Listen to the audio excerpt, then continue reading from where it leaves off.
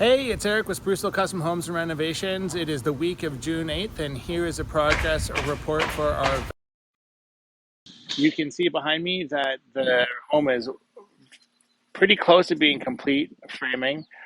We have got the main or upper floor roof 100% sheeted and waterproof already, and the garage is all sheeted, ready for waterproof. We should see shingles arrive next week. Let's go and take a look inside and see what the progress is looking like in there. And here we are upstairs. You can see that there's no more sunlight coming through the trusses above me. The framers have 100% completed all of the roof on the upper floor. So this is probably the driest home we've ever built.